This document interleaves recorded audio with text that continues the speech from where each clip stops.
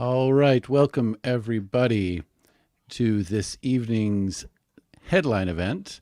I want to welcome you. Some of you, maybe this might be your first event of the rally.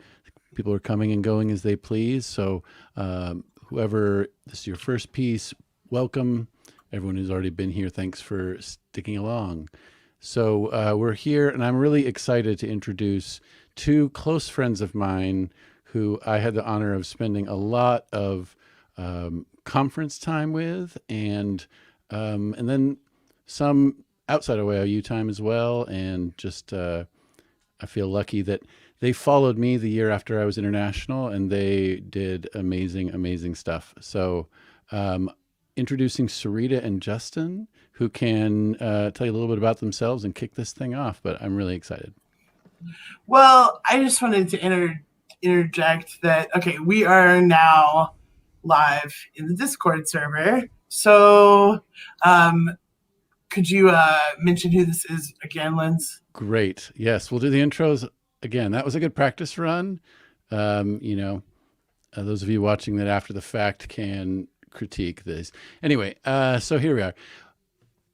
I'm really excited this evening to share two close friends of mine who I spent a lot of conference time with and some outside of Y.O.U time with, and it's really fun to kind of reconvene here as adults and kind of get reacquainted and see them present something, present an event for us tonight.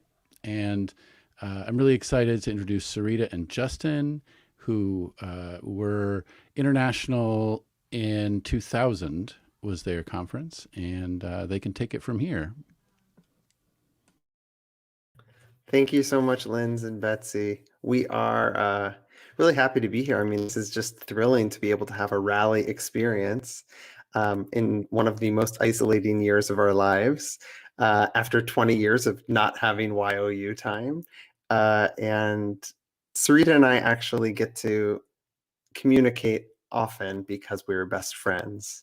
But we don't get to do this, which is very special. So before we start, a little announcement for the group. Can you just please make sure that you have nearby a writing utensil and something to write on, a journal, a piece of paper, a napkin, a Trader Joe's receipt, and make sure you're in a comfortable seat. And we are going to invite you a few times during this conversation to stretch and move around. So please make sure that there's some space for that. What do you think, Sarita? Shall we start it up? Yeah. Let's get started. Okay, welcome to our conversation, The Muddy Lamp and the Mirror. I'm Sarita. I was president of prayer 1999 to 2000. That was international. That was amazing. And I was with Justin, who became my best friend over the year because we had unlimited international calling cards. In 1999, that was a really big deal. Before cell phones, y'all. So, or at least for us. Yeah. So yeah, Justin was president of communications, and in the last 20 years of friendship, we have traveled to Costa Rica, to Bali. We've lived together. I've lived with him several times. Actually. Australia, Iceland, London. Yeah. London. Yeah, we've been all over. Paris. Oh, yeah, we've had just a lifetime of memories and of what we're going to be talking about tonight, allyship. So there's more to our story. There's more to our stories individually, but yeah. I'd say one thing that people should know is that I now live in New York City, and Sarita now lives in Arizona with her family, her extended family, her immediate family, and her new baby, who was not a new baby at all. He's almost 2 years old, and he is asleep, but he might not stay asleep. We might hear him singing to us in the background. Just a heads up. That's right. Thank you for that. Yes. Yeah. So I think that's That's a good introduction. Yeah, yeah. Yeah.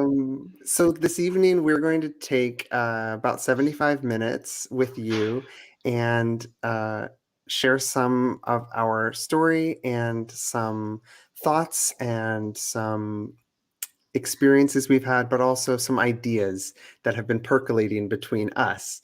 And we'd love to hear back from you in the chat on Discord while you're watching. If you have any questions or ideas or just want to send emojis like it's your job, feel free, please. We'd love to see it. And Linz and Betsy, we may ask to pop back in with us to visit and talk about a couple concepts, but we also welcome them to come right back in anytime. Hi, Barbara. Yeah. And yeah, so, okay. This evening we're going to go from past, present into what is to come, or how we are shifting our present. And that's kind of how we're going to structure it. Yeah. And we want to start with acknowledging that we all have unique histories, and that includes with Y.O.U. Some of you are sponsors, some of you have been out of Y.O.U. for 2 years. Some of you, like us, have been out of Y.O.U. for 20 years. Some of you have been out of Y.O.U. for a lot longer, actually. So we don't want to offer any assumptions. What we are hoping is that this workshop is helpful and useful to all of you, wherever you're at on that spectrum of having experienced Youth of Unity as an important part of your spiritual growth. Yeah. I'm going to step away, Sarita, so you can take the first session. Okay. Okay, great. So, okay, yes, you have your tea, your matcha tea, you're ready. I love that. I have my nettle tea. I'm also ready. And we're going to start with a grounding. Or I guess we've already begun, but here we are. So let's do a grounding. And for this one, if you can find your feet on the ground, or if you're sitting cross-legged, connect to your sits bones and breathe in.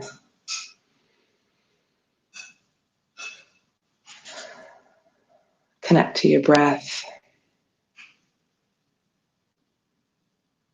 Open your cells.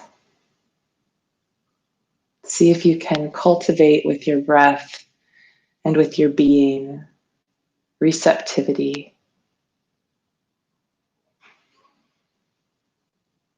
In this quiet moment, tuning into who you are right now, how your body feels,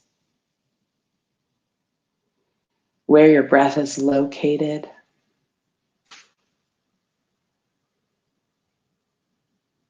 Noticing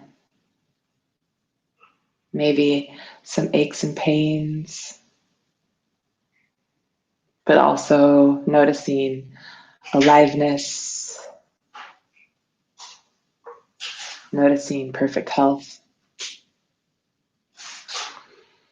And really let this focus on yourself permeate. So it's physical and also mental. Checking into your mental state.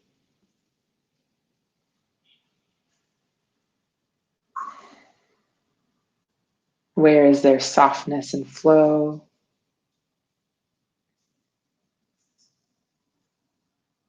Where is there some contraction? Without judgment, just noticing, breathing.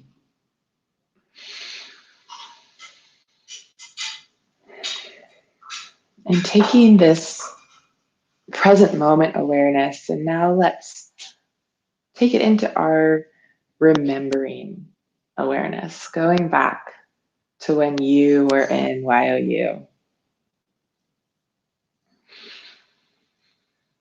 First, tuning into breath, finding a place, maybe it was a conference or a rally or just a regular Sunday morning. How were you tapped into your breath? Did you notice your breath? Were you aware of breath then? And your body? How did you feel in this body? Maybe a teenage body, maybe an adult body.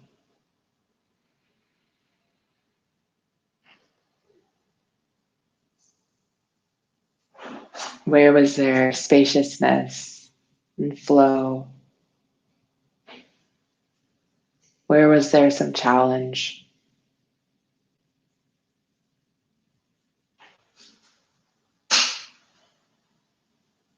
And finally, visiting the mind of this Y.O.U.er that you were, that you continue to hold. Where was your mind? Where was there freedom and expansion? Where was there some challenge? Without judgment, just allowing these memories to come up to the surface and to inform you as you breathe and are here now with us.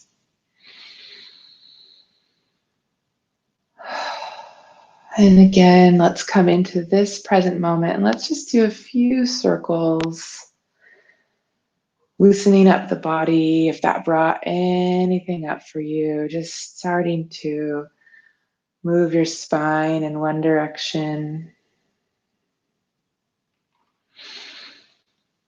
and in the other direction. And coming to stillness when you're ready. And here we are with our Y.O.U. selves.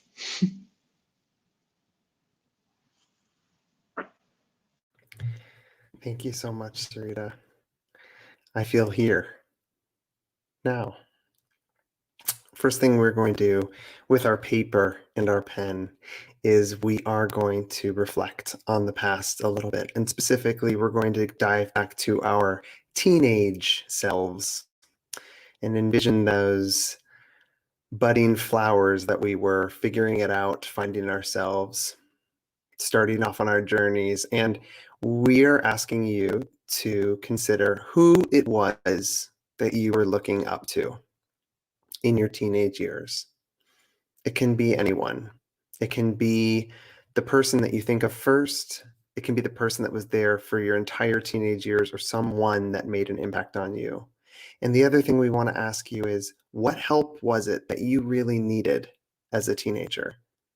And what help did you receive that led to your spiritual growth? We'll give you about 4 minutes. And I don't know if I can play any fun music, but I'm going to try. We'll see how it goes.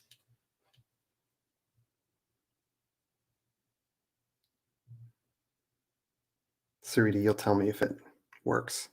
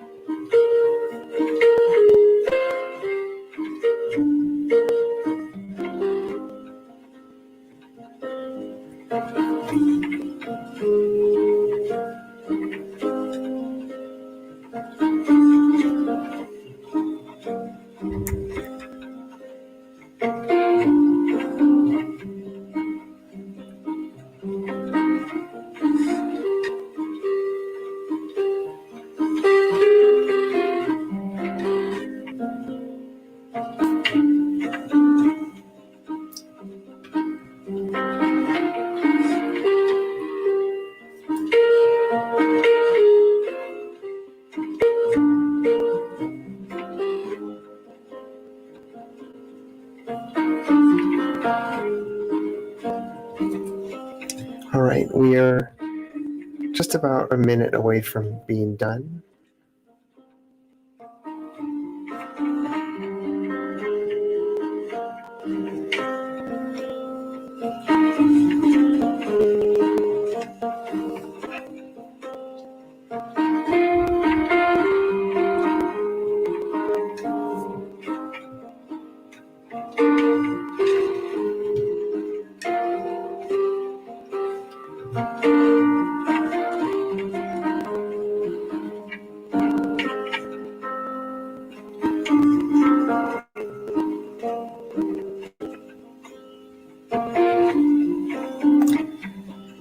Thank you all so much for journaling with us. That was lovely. And we are now going to come back to where we are. Put your pens and pencils and quills down. And thank you. I just want to say how special this is to have this intentional time with ourselves and each other. Thank you for being with us. If anything came up for you that you really want to share, feel free to put it in the chat. You do not feel like you have to, but I just wanted you to know you have an outlet, and we're all willing to celebrate those things that came up for you. Sarita, back to you.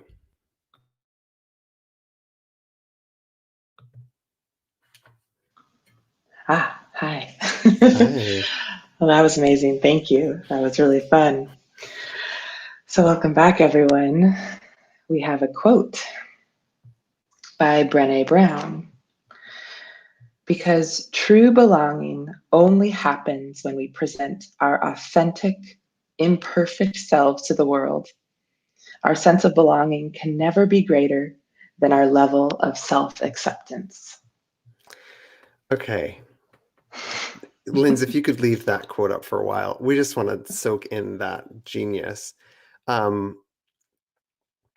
So we're building on a conversation that Sarita and I have had recently, and also one that we've been having our entire lives. And I am sure that you have been having this conversation in ways around your own vulnerability and your desire, your innate, all of this human desire that we all share to belong, to feel like we belong somehow.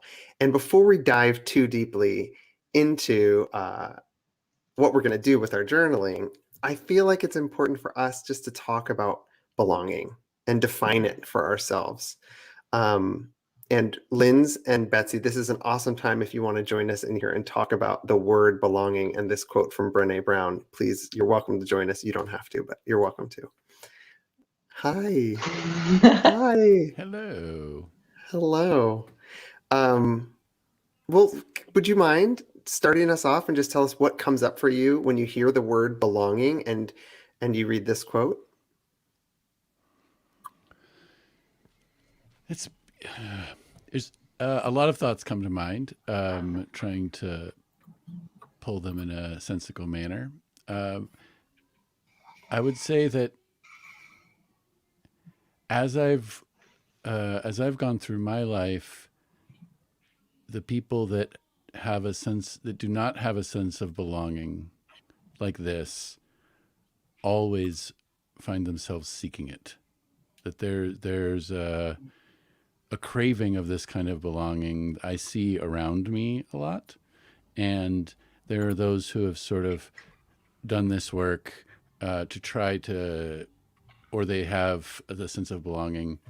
And I don't know, I have a lot to learn, I think, about where the divide between the two, but I do, that's the thought that comes up for me. Betsy, do you have any thoughts you want to share? Definitely. Because we went back to that Y.O.U time, and I kind of a little bit went to the beginning and the end. But the way I was introduced to rally specifically was I was told about how accepting it'll be. It was like the 80s and going from Charlotte to Florida. And it was like, you're going to get off the bus and 300 people are going to hug you. And they're just going to accept you for who you are and all these like literally legends of like spirit sharing acts where people were completely floundering and the Y.O.U picked up and they were right there. And so true belonging, you know, I felt like I belonged before I got there, and that all I had to do was be there. And I feel like you see it all the time that Y.O.Uers show up, and it's the level of acceptance that is mirrored back to you. At least for me, the level, I'll speak in I terms, the level of acceptance for me allowed me to accept myself at a greater level. Yeah, I think Brené hadn't experienced Y.O.U level acceptance, because I think this quote would have had a little tag on that says, unless you're just imploded upon by fuzzies and the amount of acceptance you receive shows you how loved you can be, and therefore you start your path towards true belonging.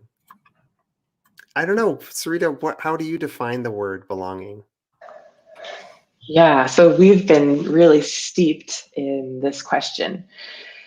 And we've talked about it in so many ways. And in even just thinking about this conversation, trying to figure out a framework with which it's easiest to understand it. And to me, belonging, there are levels of belonging. But the first one is belonging to yourself and your story and your heart and this idea of self-acceptance.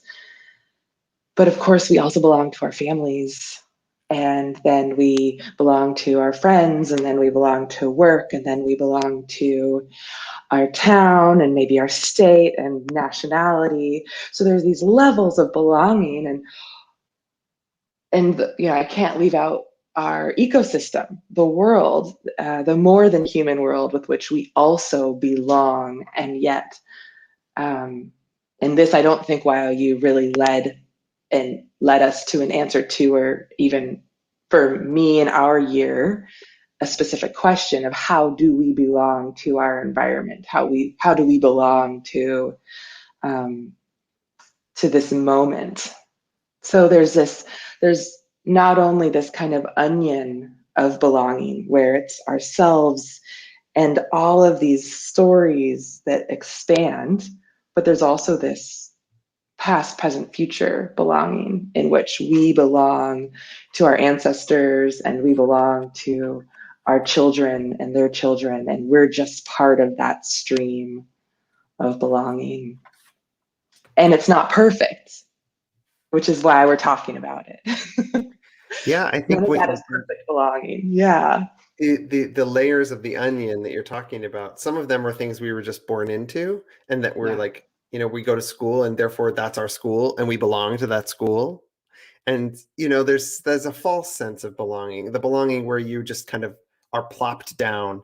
You know, some of us feel like we're plopped into the cities or the families. Some of us don't feel belonging in our family. So that doesn't mean just because we have a family, we have a sense of belonging, but we're somehow supposed to belong to that family. So I think it's interesting to talk about it in terms of what Betsy and Linz were saying, that feeling of being accepted and being seen and seeing ourselves and accepting ourselves. So there's two kind of parts of belonging: the part that has to do with us and our inner kind of life, and then how the world around us views us and accepts us and loves us. Oh, this is good, juicy. I Well, love it. Yeah, and thank you for your comments, everyone. They're really beautiful and helpful. And thanks, Betsy and Linz. We'll see you soon. So, Sarita, this is not our first workshop together by any means. And the reason we titled this workshop The Muddy Lamp and the Mirror is because you and I had a workshop that we gave. It was a repeat workshop. I would say it came back by popular demand, but you and I, for that whole year, we were presidents together with Noah. The three of us traveled all around to different regions and did rallies and just kind of perfected our one workshop that we were really good at. And we loved giving it. We loved giving it. So I want to share with those of you who were not fortunate enough to see this workshop that we did with insane energy and enthusiasm. Yes, life-changing. It was about this story we discovered about a muddy lamp. which unfortunately 20 years later, Sarita and I cannot find. We cannot find this muddy lamp story. Google muddy lamp story and good luck finding it. There's no, we don't remember where. We're the kind of people who like to cite our sources, and we have no idea if we made it up or where we read it or how we heard it. But anyway, apparently there is a myth, a legend in, we think Buddhism, that the story goes that we are all muddy lamps, meaning candles inside hurricane glass. We are glass lamps, and our parents and our society and our ancestors and our loved ones, in order to protect our glass from breaking in the rough and tumble outside world, took wet mud and laid it all around our glass, enough so that when it dried, it hardened and really kept the glass from shattering. And at a certain point in everyone's life, they realize that the amount of mud on the outside of their lamp is more than they need, and also is actually keeping them from shining. It's keeping them from shining their light. So everyone comes to a point in their life where they realize this, and then they start the hard work of chipping away at the dry mud. And the rest of life is chiseling away these layers to reveal the true self. And so as Sarita and I told this story, we started to use personal experiences in our lives where we came to realize that fear was holding us back, or anxiety, or anger, or guilt, or shame, or frustration, or pain, or judgment. And we would go by one, tell a story. And as we did, we shed a layer of clothing to reveal, to take off the mud. And over the few stories, and basically a striptease, we revealed our rally shirts underneath. So it was sweet. And I think there's a lot of good in that story. There's a reminder that it's our work in this life to focus on the things, the energetic density that we carry with us in this life that keeps us from shining our light. And it's only our responsibility, and only we can chip away at this mud and can remove these layers. I thought it was pretty powerful, didn't you? I thought it was a good workshop. It was really fun. We always had great feedback. I don't know. Maybe no one had the balls to say, "Oh, guys, that made no sense." But I think the thing you and I come with is a lot of authenticity, a lot of enthusiasm, but a lot of you too, Alyssa remembers Alyssa. it. I remember doing it in Western Region. I remember. Yeah. Good. I'm glad it stuck with you, Alyssa, 20 years later. Wow. Yeah. So in creating this conversation and talking about belonging, the muddy lamp came up because that was our first workshop. And we kind of started to ask ourselves, what's useful about this story? What did the story get right? And there's so much that it got right. We want to acknowledge that, especially in the space and time that we were in as teenagers, it is definitely our personal work to be honing ourselves, really working on ourselves. And sorry, I'm gonna mute. Okay. I think the other thing that the story got right was that we, especially as very aware, hyper-aware teenagers who were talking about Buddhism, who were talking about meditation and trying to find a way to unconditionally love ourselves through loving one another as teenagers, we saw the responsibility to do our work and face our fears and face our anxieties. And I think that was a really great way to start my life.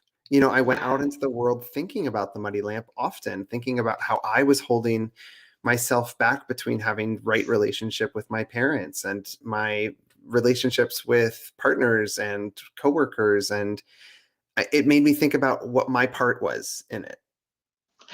And I think that actually segues really well to what is challenging about the story, and actually maybe what the story leaves out, because it can lead to a sense of perfectionism, Right. or a sense of, oh, I'm not clean yet, because look at my life. My life is, I'm somehow manifesting some challenging work situations or some challenging relationships. Well, we're in our 20s, first of all, so that happens. It's messy. It's messy. It's supposed to be messy. It's life. Yeah. And that story, I don't think Y.O.U either, but that story particularly doesn't really equip you with this idea that the messiness, the layers of mud, those can actually be really helpful. The disappointments, the shame, the anger. You don't just throw it away. You don't just see it and get rid of it. You don't just see it and try to wipe it off and try to knock it down and say, wait, go away. I don't want to look at you. I don't relate to you. I don't understand why you're in my life and making my life darker than I want my light to shine. I want my light to shine, versus, well, what is here for me that's actually really important to learn from? And that really took me a lot of time after Y.O.U. I think I had to really work a lot with forgiveness, forgiving myself for manifesting some really challenging relationships, some, with people, with money, just some real, I hesitate to say hardship, but not that perfect ideal that I think I was left with, that I was so empowered. I was so empowered at 19 that I was just going to go out and rainbows from my ass everywhere, all over the place. Yeah. And I still was able to do a lot of those rainbows. I saw a rainbow come out of your ass a few times. I think the other part of this that I'm just realizing now is with all myth, with every sacred text, it is so complicated, and we simplify things. We want to understand them so that we take them for what they're worth out of context. And the idea that the hard things in my life are all my fault, what we talked about earlier today with spiritual bypassing and toxic positivity, this idea that like we manifest everything in our lives. Well, I liked that the story said that our parents tried to put the mud on us to protect us. And so the issues we were dealing with were given to us by society. So if you take it out of context, you think of these layers as things that they're your obstacles to face, that are just part of your curriculum in life that you have to chip away. But the truth is, our difficulties and challenges in life, the darkness that you mentioned, it's much more complicated than just one situation that we encounter and conquer. And if we take first steps into this world thinking that we can do it, that simply unzipping a sweatshirt and just being done with fear, we might be setting ourselves up for a lot of disappointment and anguish. And it is a little simple. The story is a little simple. And we're here to say 20 years later, we left a few things out. And the story just wasn't exactly all of it. I think I do want to move on from this, but I think it's important to say that in our recent work, so Justin and I, yes, we're best friends, but we also do a lot of spiritual work together. And in our recent work, and maybe we're ready, maybe it's 2020 and 2021, maybe it's the moment we're in, but maybe we're just really ready to look at what we now know of or are calling the dark guests, these ideas of fear, that disappointment, impatience, restlessness. I mean, there's so many. And this idea that they actually are allies. They're actually parts of us that want to be integrated. They want to be accepted. And the more we push them away, and this is, of course, I'm simplifying, because this work can go really deep. But the more we push them away, the more they actually chase us and kind of haunt us and need to be seen, versus us creating an invitational space, some flowers at the table, and saying, okay, fear, I see you. So what do you have to teach me? Because you are welcome too. You are welcome too. Right. I think that actually leads really well into the last part of what I think the Muddy Lamp left out, and that is we are not an island and we can't do this by ourselves. In fact, all of the stories that we told as we removed our clothing involved us realizing we were being judgmental, we had fear, we were angry because of experiences we had with other people.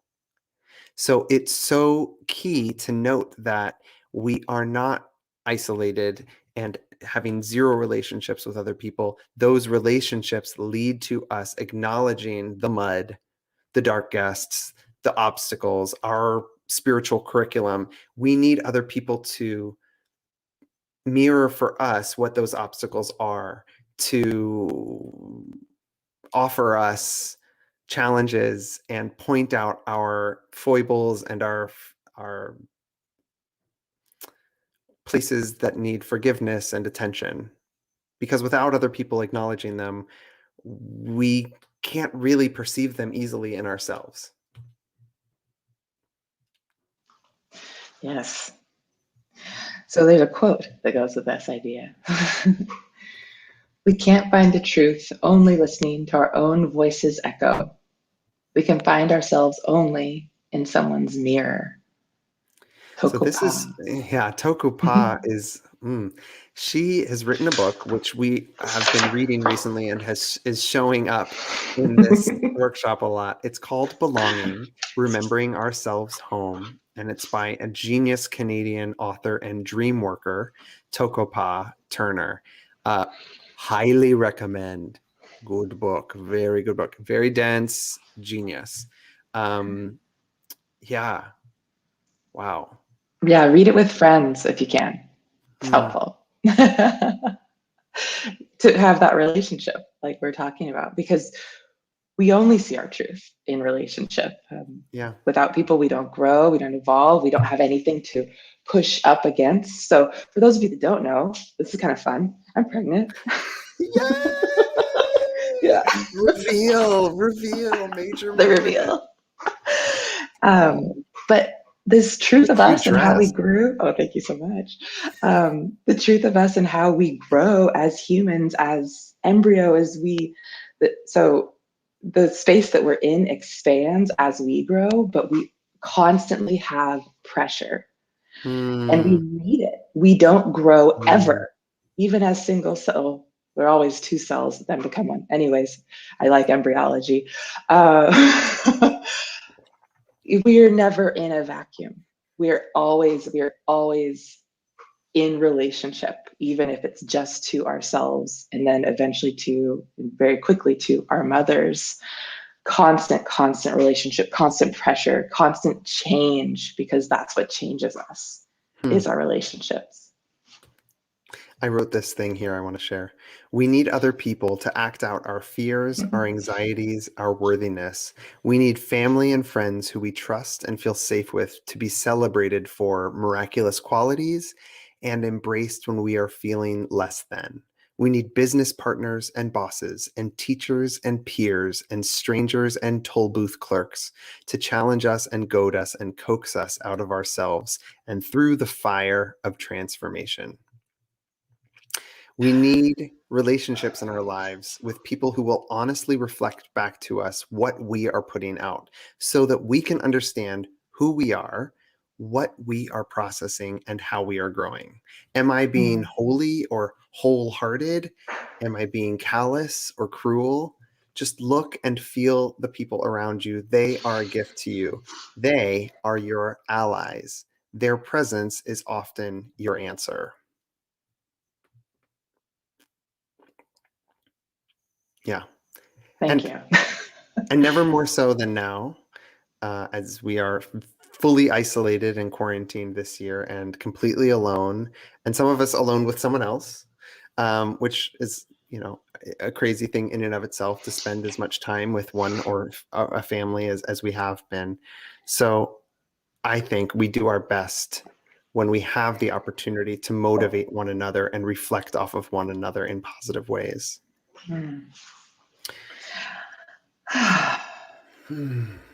I feel reflective of this moment and really appreciative. The reason we've gone so deep with this material, with this book, is because we are in relationship with Betsy and Lynn's, and they offered us this opportunity to be in relationship with each other. And we've chosen this material to dive into. But again, you can see it's through our relationships that we have this opportunity, these opportunities to grow, right? I mean, this is why we were sharing so much. We're like, we've learned so much in preparing for this moment. So thank you. Thank you. All of you for being here and offering this to us, because this is our work and we need it. Okay. Grounding time again. So we're going to do another what I'm calling experiential grounding. With this one, I want you to have a little more space. I don't have actually that much space. So if it's just that you can move your arms and hands around, that will do. But let's just take a moment. That was a lot already. So let's just be with all of that relationship and all of those allies, those inner allies, our outer allies, our friendships. And just take a breath.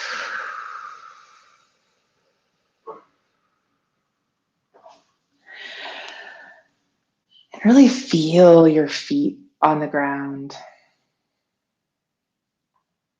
And if it's not your feet, maybe it's your sits bones. If you're sitting, which is totally fine, I want you to really explore your sits bones. Really explore how you're supported physically, how you're physically right now supported in this moment.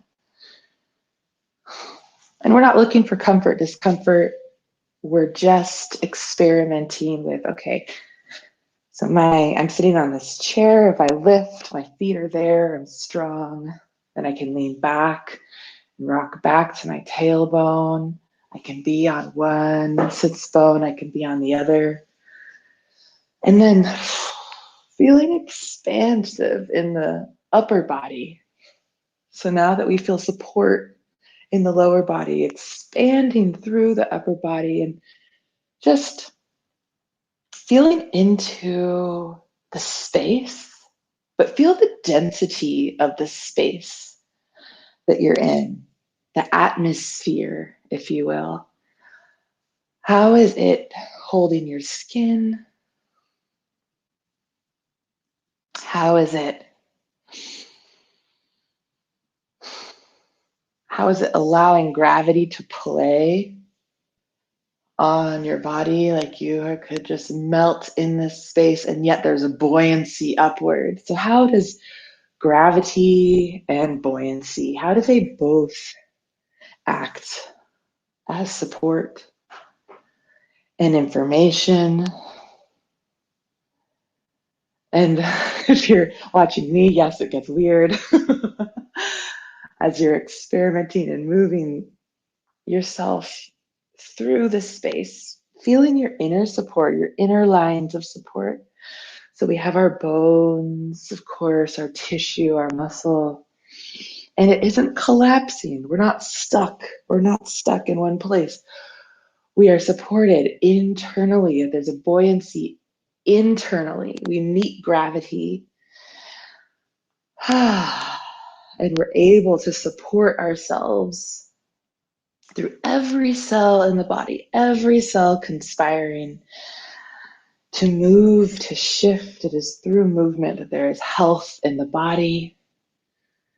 and just feeling connected to all the support that is inherent in this moment, becoming still, and the breath is there to support you, and your heart is beating, and blood is coursing through your entire being. And you are a radiant, healthy person, supported.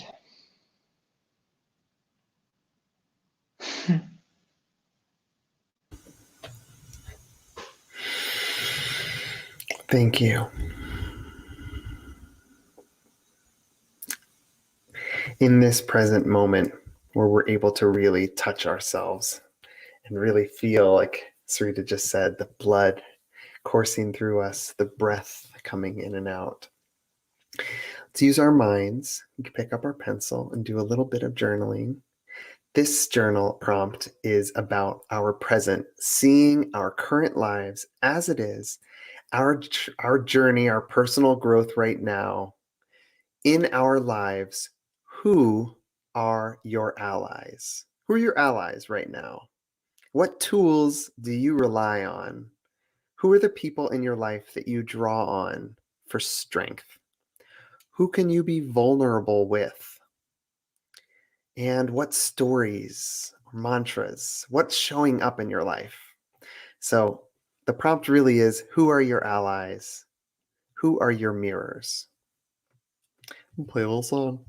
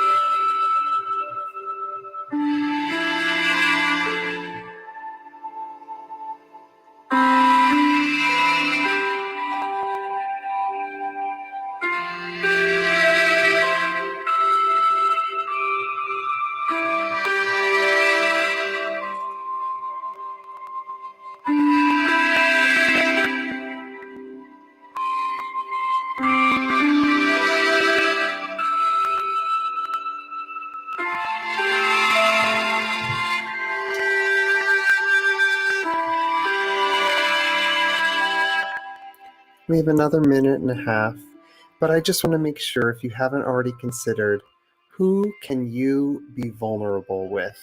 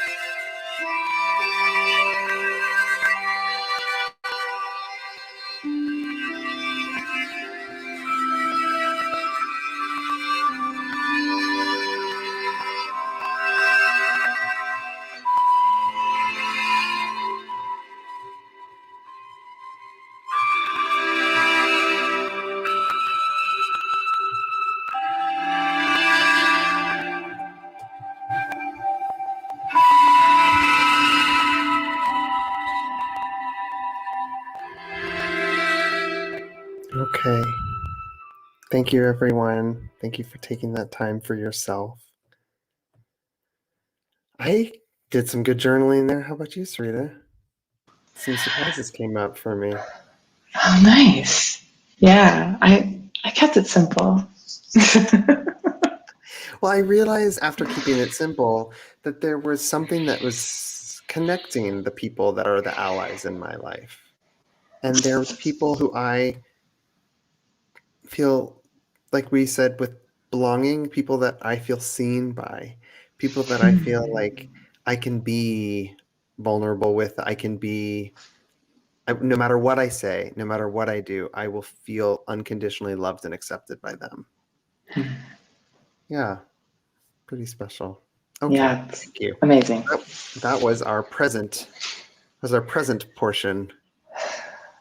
I just think that what we're getting to, and we're about to turn a corner here in our workshop as we make our way towards the end, and that is that this personal development that we've been talking about this whole time, this spiritual journey, the path, all of these terms that we use for the work to chisel away the mud, the work that it takes to acknowledge the dark guests in our life and the obstacles and our heart work that we have to do, the inner work, is not just one directional. It's not linear, it's not time driven, and it's also not just for us. It is only work that can be done by us, but it's actually a responsibility to all of those around us that we do this work. It's work for us, but for all the people that we interact with ultimately. Um, yeah.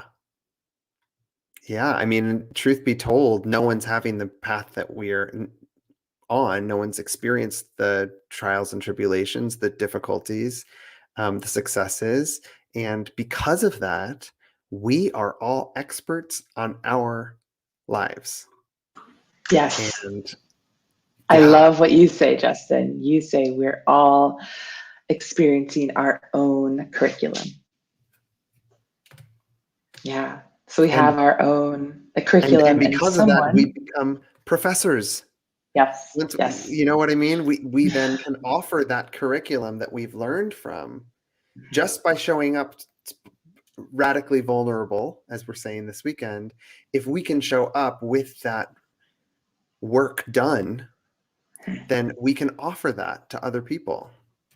Yeah, that work doing, I will say, Yeah. never totally done, right? Yeah. I mean, it's not that we have to be done with our curriculum to share it. I think that's the other thing. Exactly. It's that, Exactly. right, we never will be done, but someone is looking at us as their ally. We are someone else's mirror.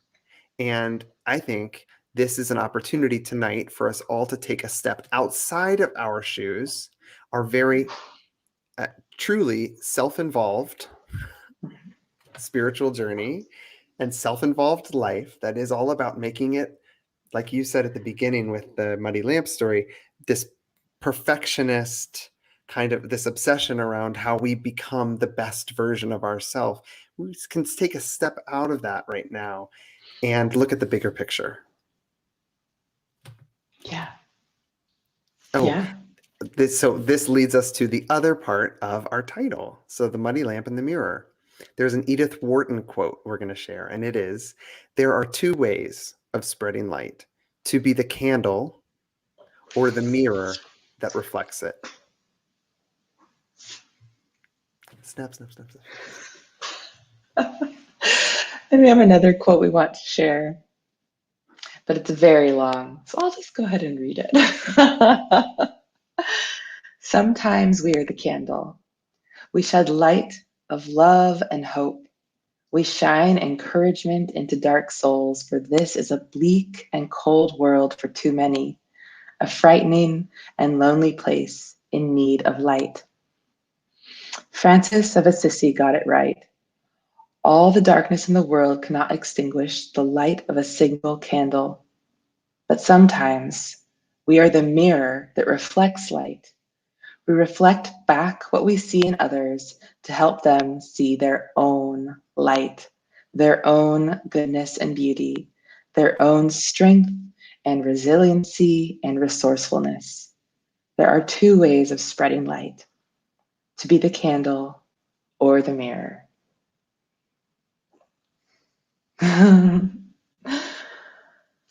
You're muted. I sure am. That quote is by Steve Goodyear. Goodyear. Thank you. How did you find this quote, actually? Oh, my friend Google. My friend DuckDuckGo. I knew the Edith Wharton, but I Yeah. didn't know. I'd never heard of Steve Goodyear, and I just thought that quote was really fabulous. This is beautiful. And exactly what you said, I'm just going to reiterate because we did just write this down. This is an ego check. And it is for us too, right? Our personal development it's not only personal, it's not only about us. It's also about feeling a sense of belonging to ourselves, to our stories, so that we can pass that on to others. Show them how we've used our chisel, what have been our tools, right? Staying open, staying honest with ourselves, and staying connected to the divine, so that we can be a clear mirror for others. Because we all know what it's like to try to relate to someone when you're in a dysfunctional relationship with someone and things just feel so out of whack. It's very possible that you are not doing the work that is yours to do, and they're not doing the work that's theirs to do. And it's really like looking in a funhouse mirror. You think, am I crazy? And they think, am I crazy?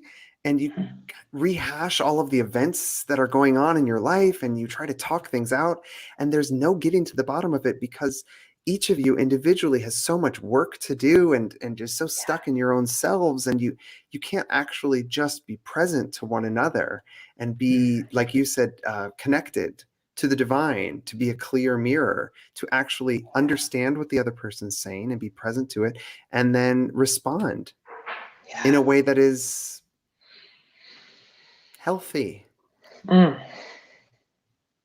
there are questions we can ask in this work, and we're really hoping to bring this into a present moment practice. So when we talked a lot about how to structure this conversation, we kind of went back and forth. We were like, is it past, future, present? Is it past, present, future? Like where does it go?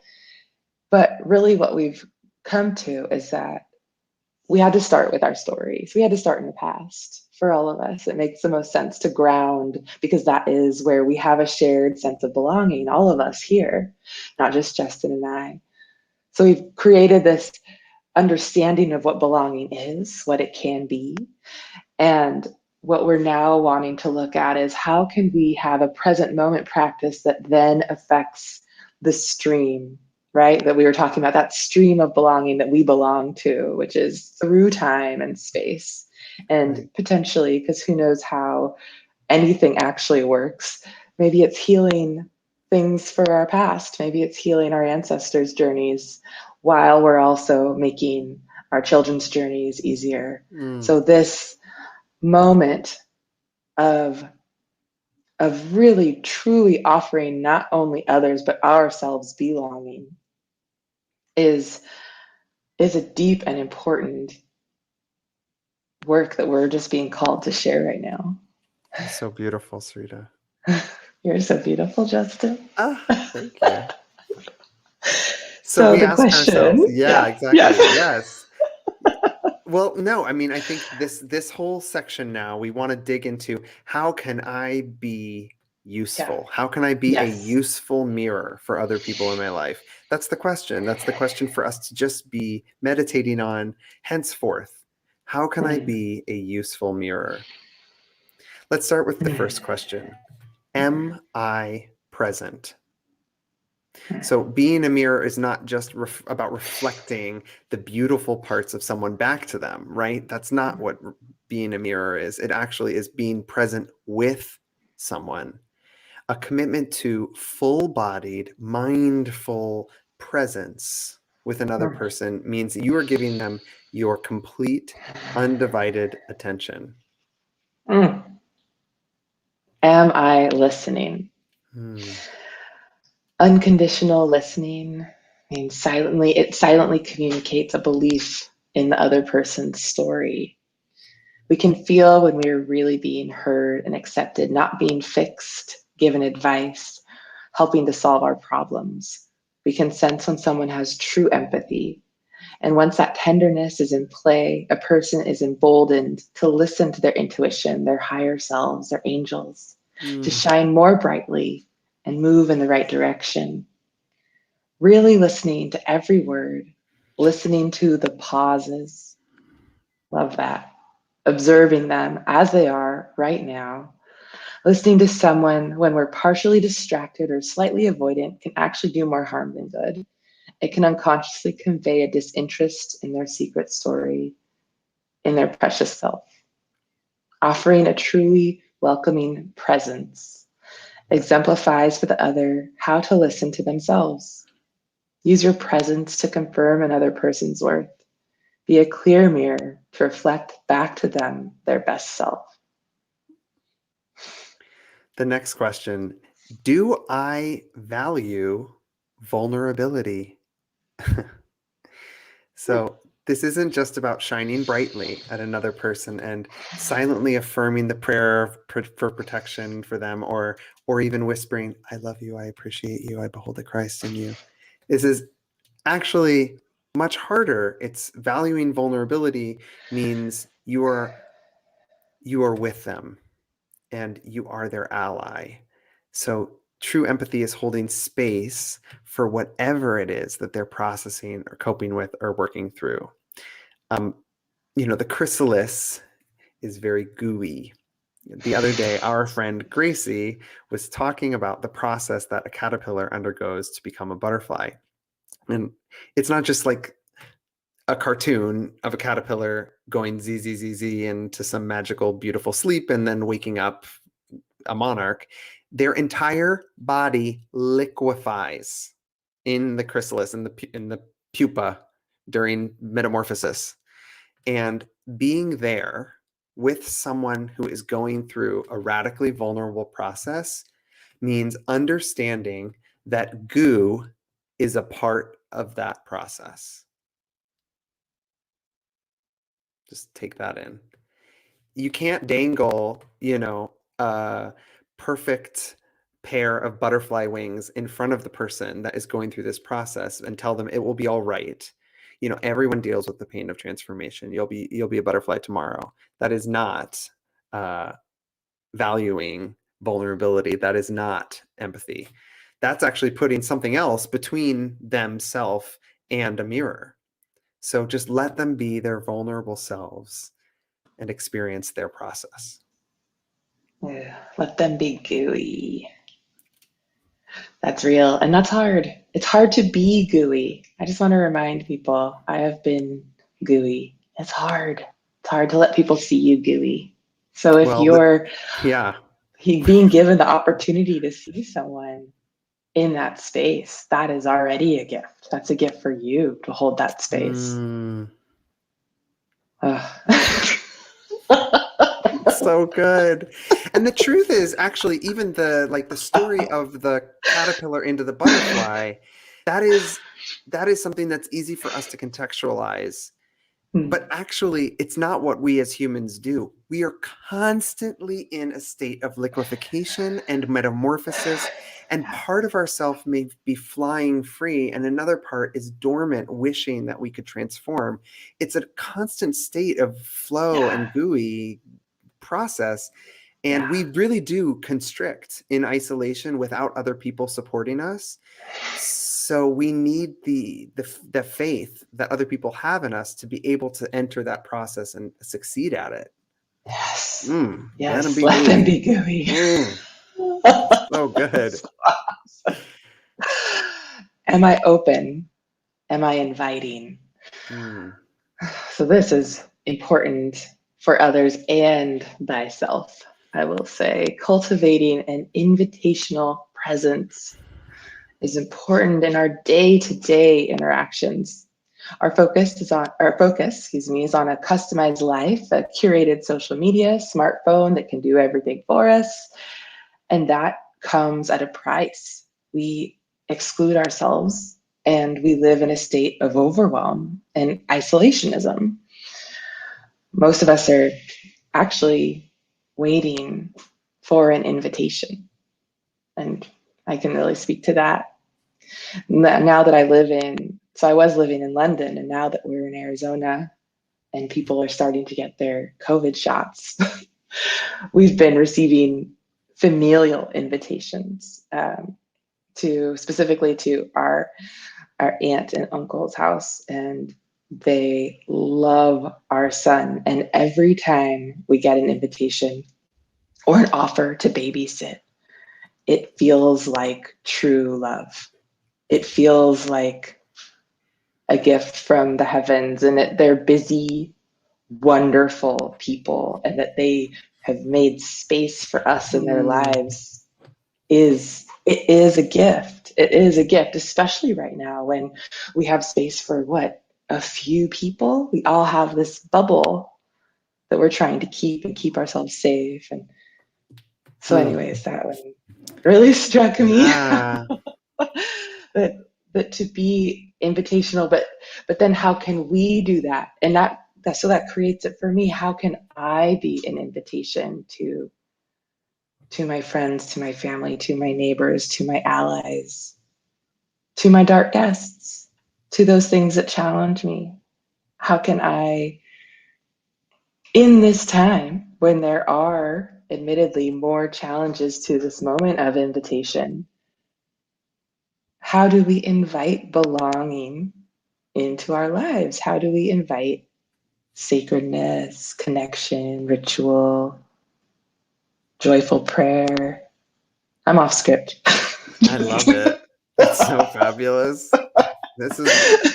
We actually said we may follow the script. We may not. It's very helpful to have the script, but some great stuff's coming up. I'm so grateful Yeah. for this freedom to talk about it. It's so important. This is the close to the end of the book, which we just finished.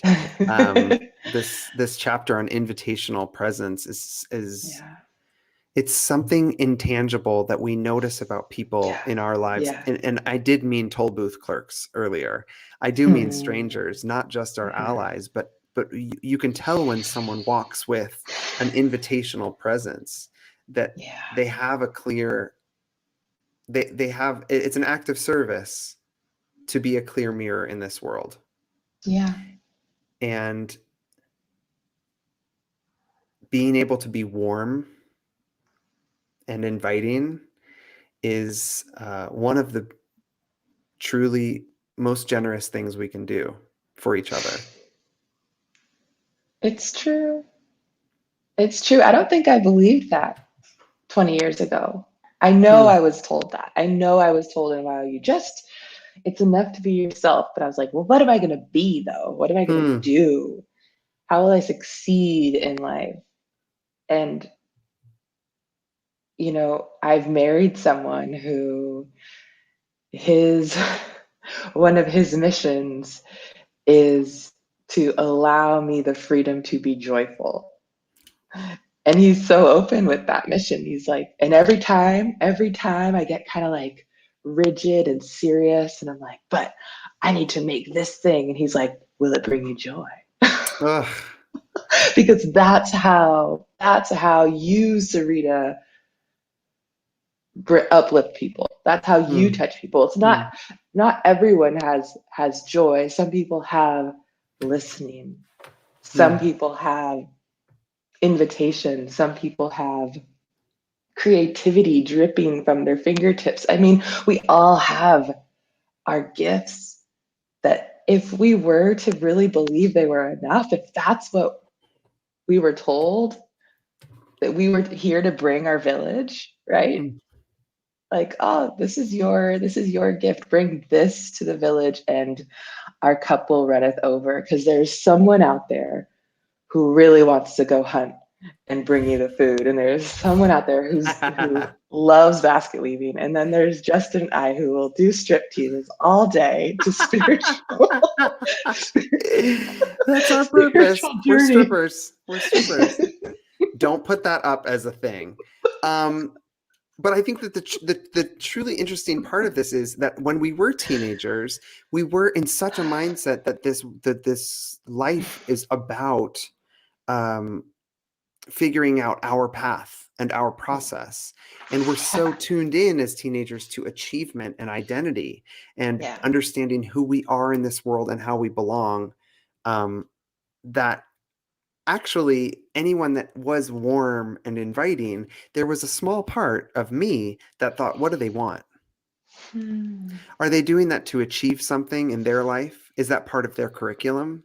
And the truth is, it may be, but it also might be that it's for me and for those around us and making space for us to thrive and to find ourselves, because there is an element to all of us that is a responsibility to be warm, to be inviting, to share this space, to be a good neighbor without any goal of achieving anything. Well, we're coming up on another quote. This is also from Tokupa. TT. Oh, would you like to read it, Justin? Yeah, sure.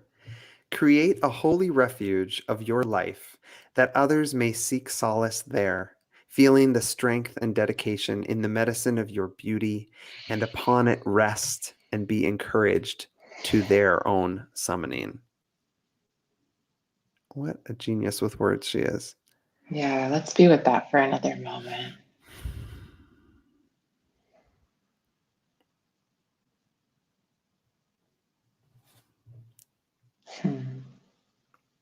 Wow. I think this speaks to belonging, not just for the one that is resting and encouraged to their summoning, but to the person that is the holy refuge and their ally in that. We find belonging in our purpose to hold one another. Yes. Yes. And that is the surprise in it, isn't it? Yeah. In doing the work to belong to one another, the work is done. Snaps. We belong to each other by offering ourselves as shelter, as friend, as candle, as mirror. So let's take a moment with that. This is our third grounding. So again, breathe in, breathe in, breathe in, and breathe out.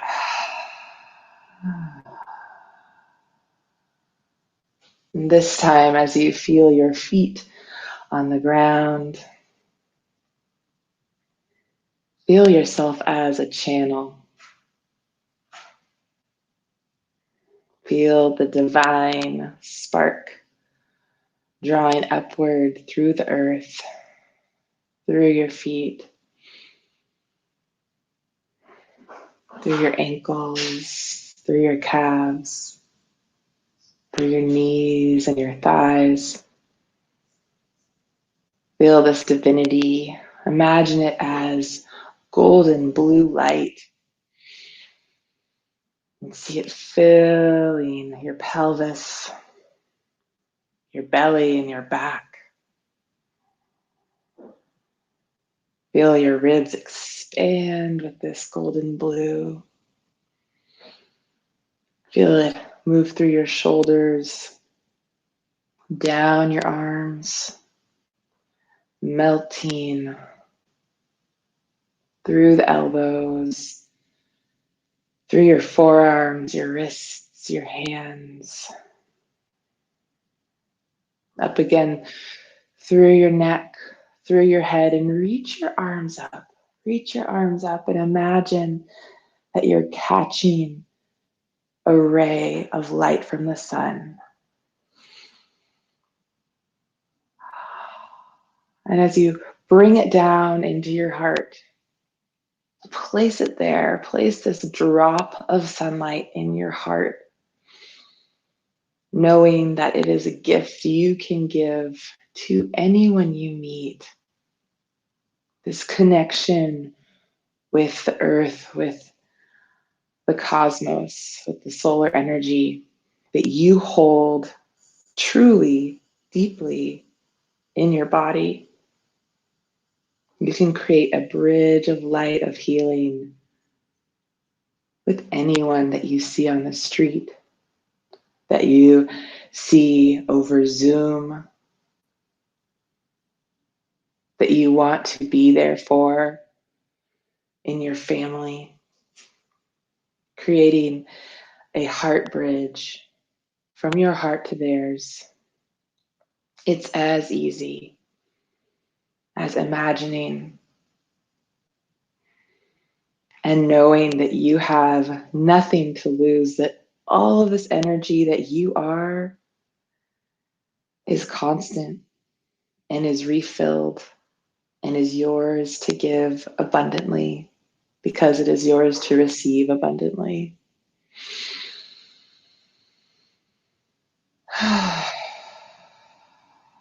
So breathing in this truth that you are a channel, that you and your life is a gift, that you are here on purpose, without goal, without need, with ease, with effortlessness, letting your gifts spill forth. And release.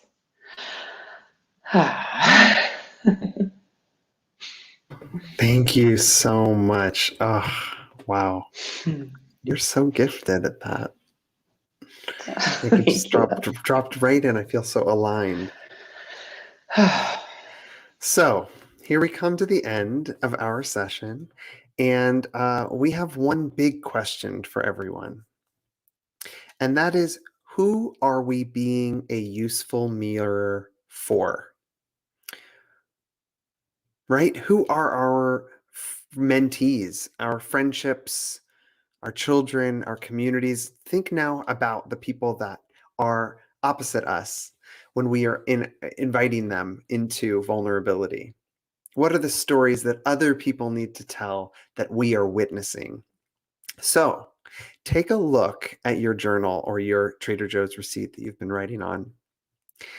If we can look back and identify the help that we received, the help that we needed, we can actually see opportunities that we can give back to others. Who has been there for you? Who is there for you now? If you think about this help that you have received and continue to receive, beneath it, you might find a really beautiful opportunity to give back to others. So we're going to journal now. Our last journaling is reflecting on our power that we have to give to others. Who in our life needs us to be their mirror? How can we make our presence useful? What can we do to give back? So your journal prompts here on the screen. Who or what needs you to show up? Who or what would benefit from your radical vulnerability? See you in 4 minutes.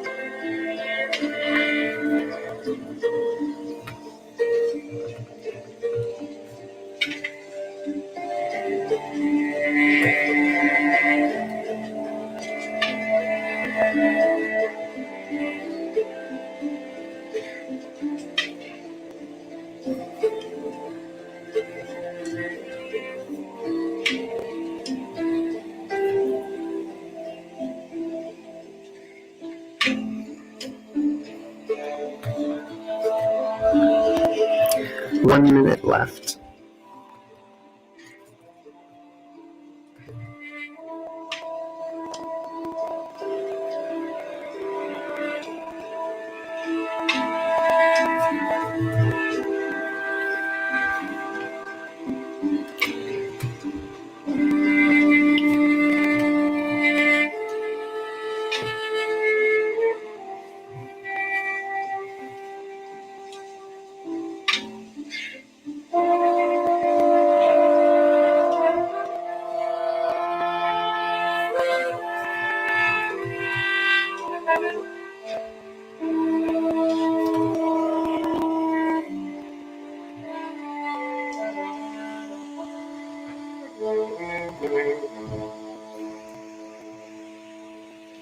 Okay, thank you, everyone.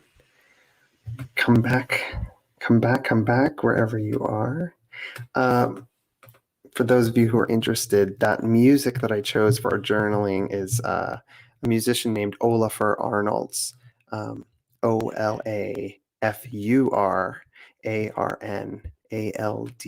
Olafur Arnalds, and he's fabulous. And I meditate with his music often, and also yoga, and also go to bed, and also subway rides. So multi-purpose musician there. Happy to have shared with him with you. So did anyone have any surprises here? Was anyone excited by what they wrote down? Is anyone excited to try this out?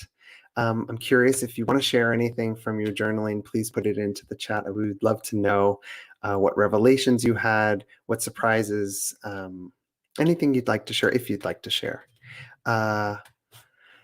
Well, we're coming to the end. We've come to the end of our time together. And I would love to invite Linz and Betsy to join us. Hi, friends. Hello.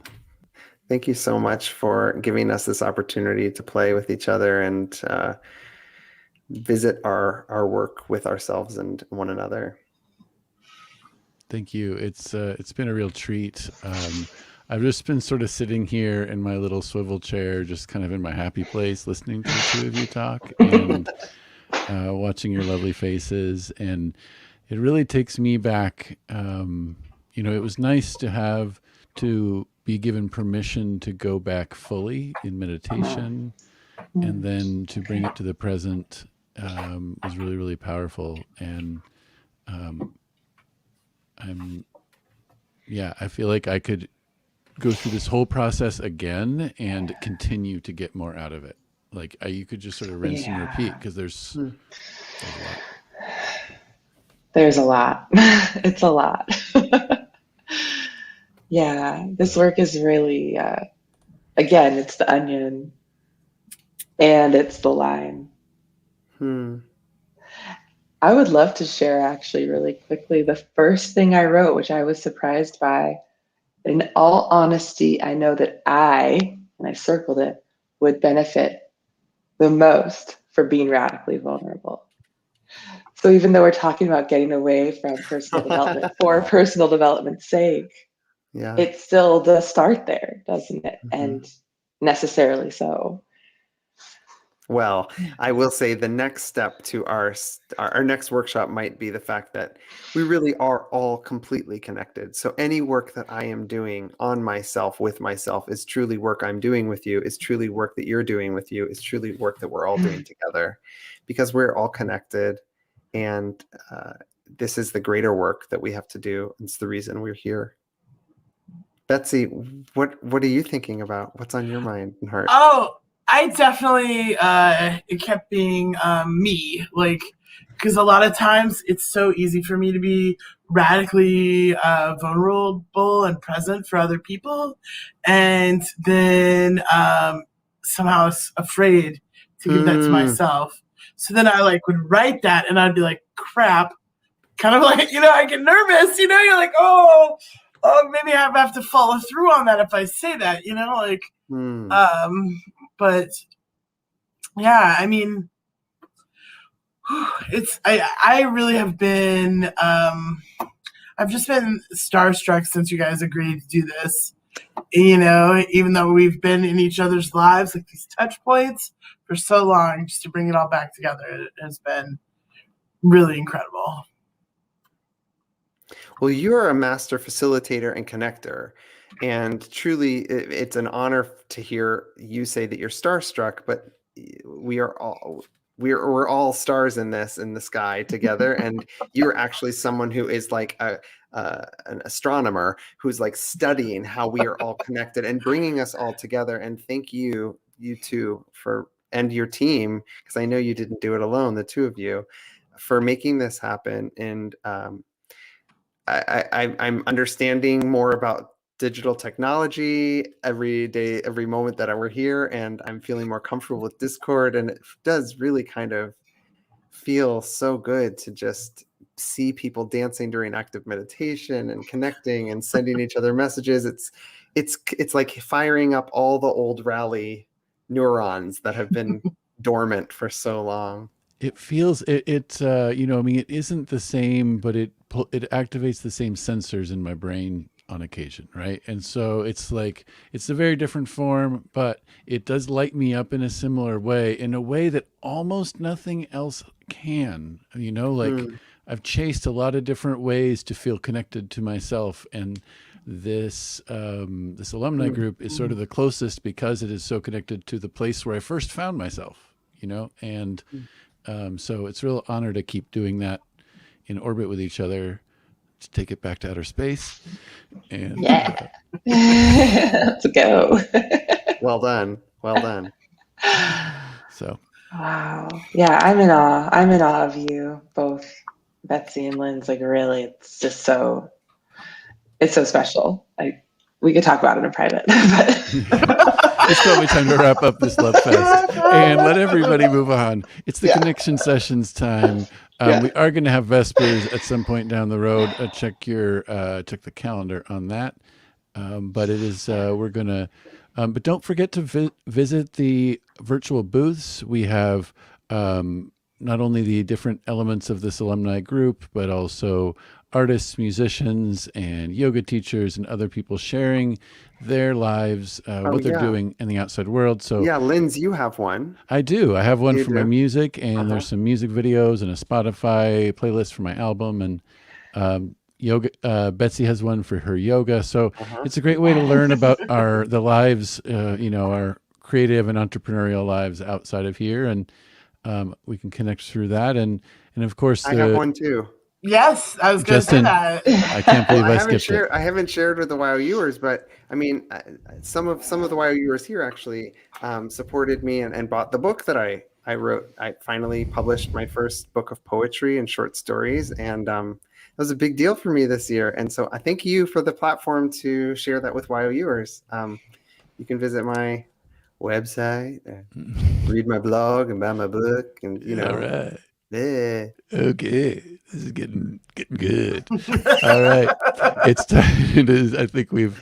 Also, because we speed up the world so much. No, I mean, right.